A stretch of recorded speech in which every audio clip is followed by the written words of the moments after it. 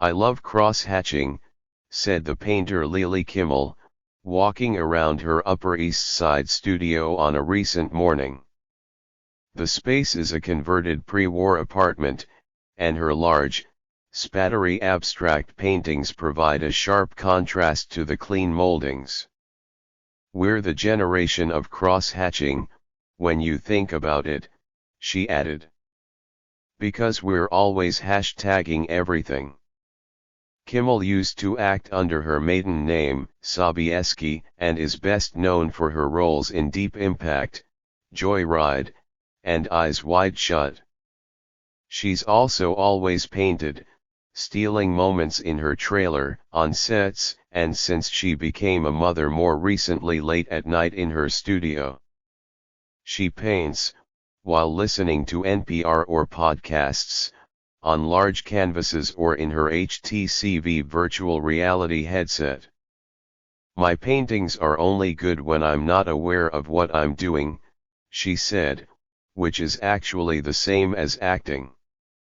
Last week marked the debut of her first solo show, called Channels, at the Journal Gallery in Williamsburg, a collection of bright abstractions on 9, large-scale black or white canvases.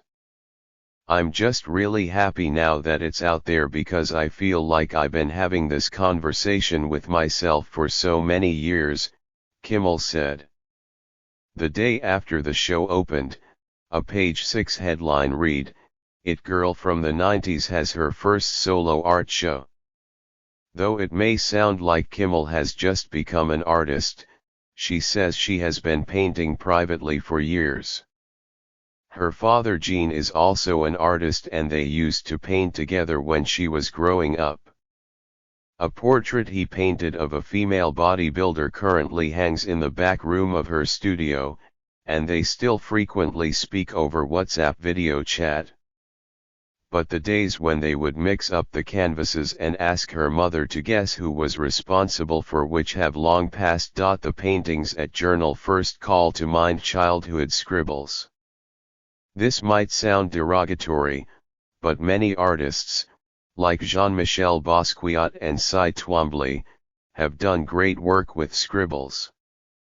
These shapes form the basis of all her works, and they appear to have a kind of internal logic or architecture. Viewers have a chance to explore the paintings further in the form of a virtual reality film, which Kimmel has set up in the gallery's back offices. The experience offers flyby tours of skyscraper-size versions of her shapes. You can soar above and through them. On the night of the opening, lines for these headsets were 15 people deep. Klaus B. Zenbuck, the director of MoMA PS1, emerged from his session nodding vigorously, and maybe a little nervously. Kimmel found that the medium of virtual reality allowed her to explore themes of creation and destruction. That was crazy for me. Because normally I've only brought someone I'm close with into the VR, she said of the experience. Because it feels like someone's jumping into my stomach or into my heart. She says she has loved VR as a medium from the moment she discovered it, in part because it was so personal, so one-to-one, with no learning curve. She found herself spending hours in the headset, spinning shapes in the darkness. Michael Nevin, who runs Journal with Julia Dippelhofer, said that Kimmel's facility with VR and painting comes as no surprise. The art world loves to hate on anybody becoming an artist coming from someplace else, especially if they've had success in that other place, he said, but, the fact is, if someone is an amazing artist they might be able to do that across many fields. Asked if current events have affected her paintings, she shrugged. There's no real bubble anymore, she said. It just doesn't exist, and that's what I try and show in my work. If you go from looking at life under a microscope to looking at it from a satellite, she said, the micro largely resembles the macro. Inside our bodies there are atoms and organs, and above us spaceships, Wi-Fi vibes, radiation, atomic bombs pointed in your direction, drones.